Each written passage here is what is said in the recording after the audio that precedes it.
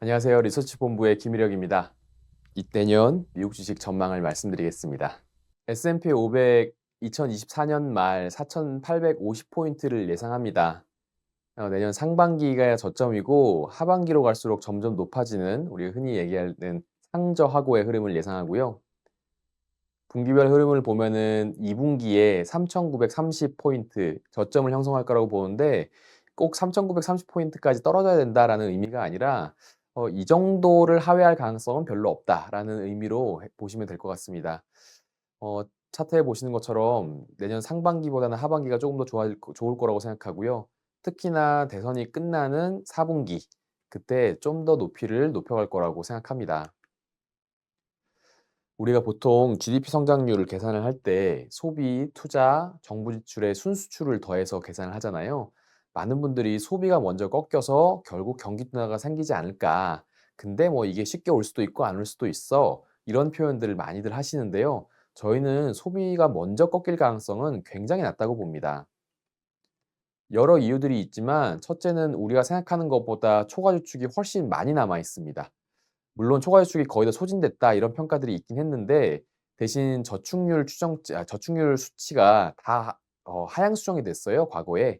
그래서 2013년부터 2019년까지 저축률이 많이 낮아졌다 보니까 초과 지출을 계산할 때 과거 평균 대비 얼만큼 높은지 이걸 가지고 초과 지출을 계산을 하고요. 초과 지출이 쌓인 걸. 그리고 그 평균보다 낮으면은 저축을 소진했다 이렇게 계산을 하는데 그 수치가 이렇게 낮아지면서 훨씬 더 많이 쌓이고 적게 소진한 걸로 계산이 된 거죠. 이걸 보면은 초과 지출이 다 소진된 데까지 꽤 오랜 시간 정말 보수적으로 보더라도 내년 하반기 정도에나 초과 지출이 소진될 거라고 생각합니다. 초과 지출이 많이 남아 있으니까 사람들은 소비를 계속 이어가고 있는 거죠. 또 한 가지는 해고율인데요. 사람들은 덜 해고되고 있고 그래서 해고에 대한 불안을 덜 느끼고 있고 그래서 나타나는 현상이 '아 그래. 저축을 많이 해야 될 필요가 있을까?' 이런 생각들을 하는 거죠. 그래서 저축보다는 소비를 더 하고 있고요. 이게 소비가 센 또 다른 이유 중에 하나입니다. 재작년 즈음부터 65세 이상 연령층이 소비 시장에서 큰손으로 떠올랐습니다. 이분들은 대부분 또 집을 가지고 계세요. 미국 사람들은 45세 이상 연령의 사람들이 70% 이상의 주택 보유율을 보이고 있거든요. 그래서 이분들이 집을 많이 가지고 있는데 팬데믹 기간 동안에 모기지 금리가 굉장히 많이 낮았습니다. 그래서 이 기간 동안 모기지를 낮은 금리로 고정을 시켜 놨고요.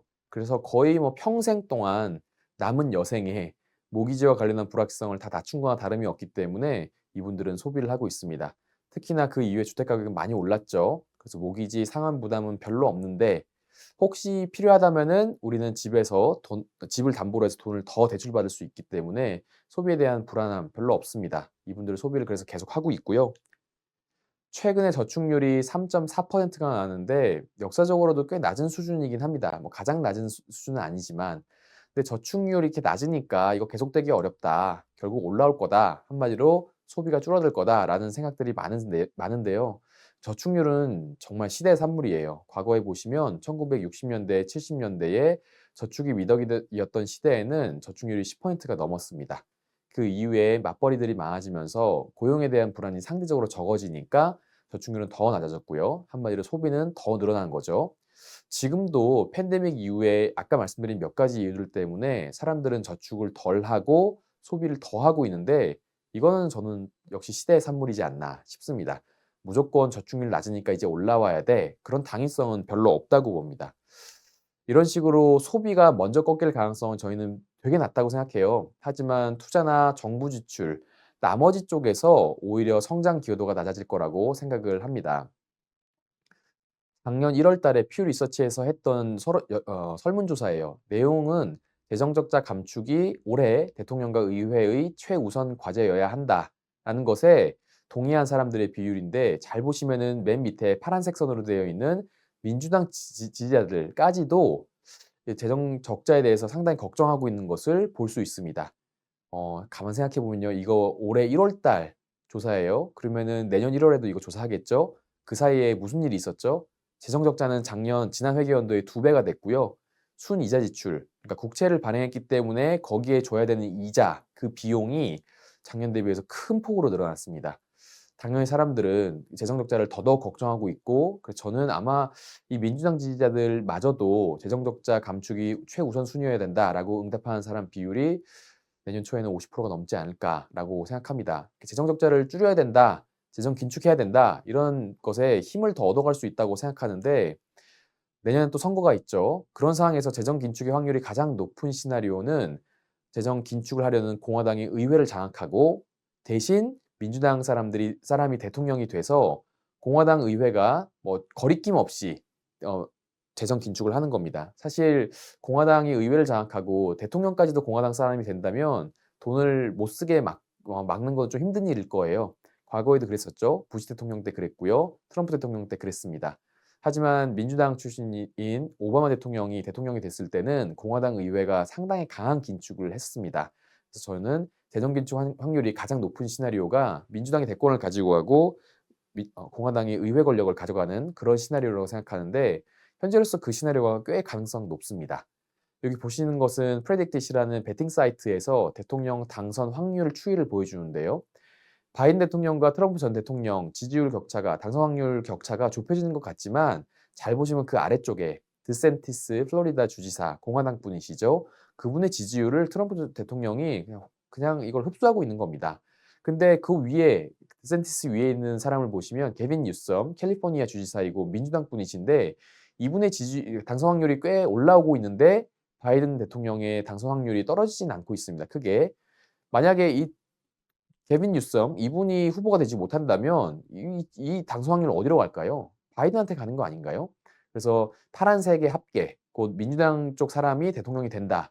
그 확률의 합과 빨간색의 합계, 이거를 비교해 보는 게 중요하다고 생각하는데, 그런 점에서는 민주당 대통령의 당선 확률이 높다고 봅니다. 좀 의아하신 분들도 있으실 거예요. 왜냐하면 최근에 여론조사를 보면은 트럼프 전 대통령의 당선 확률이 바이든 대통령보다 좀 더 높게 나오니까요. 근데 이거는 양자 대결 하에서 그렇다는 거고요. 사실 지금은 제3지대, 그러니까 트럼프도 싫고 바이든도 싫다라고 하는 사람들이 제3지대를 형성하고 있는데, 이쪽의 운동장이 굉장히 넓게 지금 펼쳐져 있기 때문에 제3지대 후보가 나올 가능성이 높고, 여기에 지금 몸을 풀고 있는 사람들이 대체로 트럼프 전 대통령의 지지율을 갉아먹는 것으로 나오고 있어서, 지금 보시는 것처럼 베팅 사이트에서는 민주당 후보의 당선 가능성이 조금 더 높게 점쳐지고 있는 게 사실입니다. 상원은 내년에 34명이 선거를 치르는데요. 민주당 현직 의원이 22명이고 공화당 현직 의원이 12명이어서 민주당이 수성을 해야 되는 그런 입장입니다. 그리고 공화당이 현재 유력과 확실을 포함하면은 이미 50석을 확보한 걸로 나오고요. 거기에다가 3석을 더 얻을 수도 있는 상황입니다. 공화당이 51석 이상을 얻게 되면은 다수당 지위를 뭐 대선 결과 상관없이 확정하게 되죠. 그래서 저는 상원 공화당이 가져갈 가능성이 현재 꽤 높다고 생각하고요. 하원은 공화당이 지난번에 다수당 지위를 확보했는데, 이걸 2년 만에 하원 다수당 지위를 잃었던 적은 20세기 초 이후에 2번밖에 없습니다. 그래서 공화당이 현재 실제 하원의 다수당 지위를 유지할 가능성이 여전히 좀 더 높은 상황이고요. 상원은 아까 말씀드린 것처럼 공화당이 앞서고 있어서 저는 의회 권력은 공화당 쪽으로 넘어갈 가능성이 꽤 있다고 봅니다. 아까 말씀드린 딱 그 제일 안 좋은 시나리오죠. 대통령은 민주당, 의회는 공화당. 그런 시나리오가 펼쳐질 수 있다는 생각이 든다면은 시장은 일단 그것과 관련해서 불확실성을 가격에 반영할 수도 있다고 봅니다. 많은 분들이 아무리 그래도 재정 긴축은 못해, 이런 이야기들 많이 하세요. 뭐 뭘 줄이냐 이런 이야기인데요. 제가 말씀드리는 거는 지출이 이렇게 늘다가 반드시 확 꺾이는 거, 이것만 긴축이라고 생각하지는 않습니다. 보신 것처럼 2011년도에도 예산관리법이라고 하는 재정 긴축 법안이 통과가 됐어요. 그 이후에 연방정부의 재정 지출은 늘지 않고 옆으로 기었습니다. 근데 그 시기에도 긴축 효과는 굉장했고요. 그때 연준 인사들이 주로 했던 이야기는 "제발 재정 좀 써 줘라." 거의 이런 거였거든요. "통화 정책만으로 버티기 어렵다."라는 건데, 그때도 재정 지출이 줄어든 건 아닙니다. 그냥 늘지 않았을 뿐이에요. 저는 지출이 억제되는 것만으로도 재정 긴축이라고 생각하고요. 이런 시나리오가 내년에 현실화될 가능성, 또는 내후년에 현실화될 거라는 우려가 내년에 또 가격대에 반영될 가능성이 꽤 높다고 생각합니다. 그리고 정치와 관련한 불확실성이 있기 때문에 내년에 투자 가시성도 굉장히 떨어질 거라고 생각해요. 민주당이 단독 통과시켰던 인플레이션 감축법, 우리가 IRA라고 이야기를 하죠. 이 IRA 법안은 대부분 세제 혜택입니다. 기업을 대상으로 세제 혜택을 주는 게 많아서 한마디로 "기업 너희가 투자하면 정부가 텍스로 보상해 줄게."라는 건데요. 사실 이 투자라는 게 1년 안에 끝나는 게 아니잖아요. 보통 뭐 3 년, 5년 이런 식으로 이어지는데 만약에 저 법이 바뀐다라고 생각하면은 우리는 금리가 높아서 투자하는 거 힘들지만 세제 혜택을 받을 수 있다면은 괜찮아." 해서 투자가 시작됐는데 만약에 저 법안이 폐기되거나 수정돼서 세제 혜택을 받지 못한다면 어떻게 될까요? 기업들은 그것과 관련한 불확실성이 높아서 정말 금리도 부담스러운데 저 세제 혜택이 계속 유지된다는 보장이 없어서 투자의 가치성은 더더욱 낮아질 수 있다고 생각합니다. 투자는 기업들의 고정자산 투자뿐만 아니라 주거 투자도 굉장히 중요한데 이 주거 투자는 모기지 금리에 후행해서 움직입니다. 특히나 차트 보시는 것처럼 노란색 선은 아래로 내려갈수록 저희 모기지 30년물 금리가 올라간다는 의미예요. 제가 역축으로 그려 놓은 건데 그거에 한 4개월 정도 후행해서 NAHB 주택시장 지수가 떨어집니다. 그래서 모기지 금리가 오르면 주택시장 지수가 떨어진다. 참고로 저 NAHB라고 했을 때 HB는 홈빌더스예요. 그러니까 집을 짓는 사람들의 협회인데 그 사람들이 보기에 주택시장의 수요가 어느 정도 있냐 이걸 보여주는 게 저 검정색 선입니다. 한마디로 금리가 오르면은 시차를 두고 사람들이 집을 지으려고 하지 않더라라는 건데 그래서 모기지 금리가 올랐을 때 주거 투자의 성장 기여도는 낮아질 수밖에 없고요. 과거에 그런 흐름들을 실제로 보여왔고 저는 그래서 내년 1분기, 2분기에 주거 투자가 위축될 가능성이 꽤 있다고 생각을 합니다.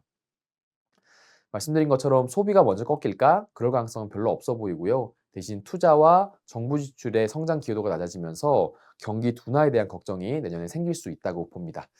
그랬을 때 사실 경기 둔화가 생기면 그거 우려가 생기면 고용이 흔들릴 수 있겠죠. 이미 연속 실업수당 청구 건수는 조금씩 계속 올라가고 있습니다. 신규 실업수당 청구 건수는 굉장히 하향 안정돼 있어요. 그래서 한마디로 지금 해고는 별로 없다는 걸 알 수 있는데 대신 2주 이상 실업수당을 받고 있는 연속 실업수당 청구 건수 이걸 보면은 저게 계속 올라가고 있고 한마디로 재취업이 되게 어렵다. 그래서 신규 채용이 지금 별로 없다라는 거를 우리가 알 수 있습니다. 이미 신규 채용 시장은 조금 약해지고 있는데 만약에 경기 둔화 우려가 생긴다면은 채용 둔화는 더 심해지겠죠. 그래서 저는 채용 둔화에 대한 걱정들이 저런 걸 통해서 조금씩 나올 수도 있다고 보는데 이게 중요한 이유가 연속 실업 수당 청구 건수는요. 실업률하고 거의 동행 또는 약간 실업률을 선행해요. 그래서 연속 실업수당 청구 건수가 올라가고 실업률이 올라가고 그래서 경기에 대한 걱정이 더 심해진다면 결국은 소비에도 영향을 미칠 수 있고요. 저는 이게 연준이 정책 기조를 바꿀 수 있는 굉장히 중요한 트리거가 될 수 있다고 생각합니다. 자, 그랬을 때 연준은 기준금리 인하를 할 수 있다고 보는데요. 특히나 2019년에 봤던 것처럼 보험성 기준금리 인하를 할 수 있다고 생각합니다. 저건 어떻게 할 수 있냐? 기준금리가 검정색 선인데요. 실제 연준은 인플레이션을 잡기 위해서 기준금리를 많이 올려왔고요. 근데 2019년을 보시면 그 기준금리를 근원 PCE 물가지수의 전년 대비 변화율이 하회합니다. 한마디로 물가가 좀 통제가 되고 있다는 걸 의미하죠. 그러니까 제가 저기 네모친 2019년에 네모친 가운데 부분을 보시면 8월, 9월, 10월 달에 기준금리 인하를 할 수 있게 됐던 거거든요. 지금도 잘 보시면은 기준금리 좀 한껏 올려놨죠. 그러고 나서 근원 PCE가 쭉 떨어졌습니다. 그래서 저는 지금도 이미 연준은 기준금리 인하를 저것만 보면 또 할 수도 있겠는데 대신 이제 근원 PCE가 꾸준하게 내려올 거라는 아직 확신이 없기 때문에 버티고 있는 거고 하지만 경기 둔화에 대한 걱정들이 생기고 고용 시장을 흔들고 혹시라도 소비에까지 영향을 미칠 수 있다고 생각한다면 저는 연준이 2019년 했던 것처럼 보험성 기준금리 인하를 할 수 있다고 생각하고 저희는 빠르면은 9월, 11월, 12월 이렇게 연속 인하도 가능하다고 생각합니다. 자, 이런 거시 전망 하에서 그러면 우리는 어떻게 어떤 주식에 뭐 투자를 해야 할까요? 일단 성장주를 포기할 필요는 진짜 없다고 생각합니다. 왜냐면은 큰 폭으로 하락할 거라고 생각하지 않기 때문인데 그건 제가 뒤에서 조금 더 구체적으로 말씀드릴 거고요. 일단 성장들을 들고 있기 때문에 생길 수 있는 불안이 있을 수 있어요. 왜냐면 연준의 긴축 기조가 소비도 잘 안 빠지고 인플레이션도 초반에는 잘 안 빠지고 하는 올해 말과 내년 초 이때 연준의 긴축에 대한 우려가 생기면서 성장주가 하락할 수 있다는 거죠. 이 변동성은 우리는 어떤 걸로 이겨낼 수 있을까? 저는 저변동성, 고배당, 가치 팩터를 이용해서 이 성장주를 들고 있기 때문에 생길 수밖에 없는 변동성을 낮출 필요가 있다고 생각합니다. 하지만 큰 폭의 하락을 예상하고 있지는 않기 때문에 저희는 성장주를 계속 들고 있어야 한다고 생각해요. 이 차트를 보시면은 신용증거금 잔액 변화율, 전년 대비 변화율인데 신용증거금이라는 건 한마디로 투기성이 굉장히 짙은 자금을 의미합니다. 이 자금이 시장에 물밀듯이 밀려왔을 때 그때를 제가 저 동그라미에 쳐놨는데요. 잘 보시면은 저 동그라미 친 이후에 시장이 급락했던 것을 보실 수 있습니다. 언제였냐면 IT 버블 때, 금융위기 직전에, 그리고 팬데믹 기간에, 그래서 작년에 시장이 좀 큰 폭으로 하락하는데 그것은 대규모로 들어온 투기성 자금들이 대규모로 빠져나가면서 나온 현상들이었습니다. 여기 화살표 맨 끝에 있는 걸 보시면은 지금 돈 많이 안 들어와 있죠. 그래서 대규모 매도세를 출회할 만한 투자 주체가 지금 없기 때문에 저는 큰 폭의 하락은 없을 거라고 생각하고요. 그런 점에서 성장주 빠질 때마다 계속 사면서 들어가야 하고, 단기적으로 변동성이 높아지는 것은 저변동성, 고배당, 가치 이런 팩터들을 이용해서 변동성을 낮출 필요가 있다고 생각하는 겁니다. 특히나 저희가 성장주를 좋게 보는 것은 생성형 AI에 대한 관심이 우리가 생각하는 것보다 훨씬 더 크고 강하게 나오고 있기 때문이에요. S&P 500 실적 발표한 중에 키워드별로 얼만큼 언급되는지를 보시면 2000년대 후반부터 스마트폰에 대한 언급이 정말 많았습니다. 되게 많은 기업들이 저 스마트폰을 언급했죠. 근데 빨간색 선 제일 오른쪽에 있는 걸 보시면 생성형 AI는요, 불과 2분기 만에 저렇게 스마트폰도 정말 어마어마했는데 그것보다 훨씬 많은 기업들이 생성형 AI를 언급하고 있습니다. 그만큼 대부분의 기업들이 비즈니스에서 무시하고는 갈 수 없는 그런 존재라는 것을 저 생성형 AI가 그런 의미라는 걸 우리가 알 수 있고요. 생성형 AI에 대한 그런 관심들, 그리고 그만큼 또 성장에 대한 기대, 이런 것들이 커질 수 있어서 성장주를 버릴 필요는 절대 없고 저희는 시장이 빠질 때마다 성장주를 계속 담아야 한다고 생각합니다. 그래서 큰 그림을 다시 저희가 정리해 보면은 분기별로 올해 말과 내년 1분기에 시장의 변동성이 좀 높아질 수 있는데 그 시기에도 성장주를 포기하지 말자. 하지만 포트폴리오의 변동성을 낮추기 위해서 저변동성, 그리고 고배당, 가치 이런 팩터들을 좀 담을 필요가 있다고 생각하고요. 하지만 연준의 정책 기조가 달라지는 때가 올 텐데 그때는 성장주를 더더욱 과감하게 담아서 연말까지 시장이 상승하는 그 흐름을 우리가 그 기회를 놓치지 말아야 한다고 생각합니다. 네, 2024년 미국 주식 전망을 말씀드렸습니다. 감사합니다.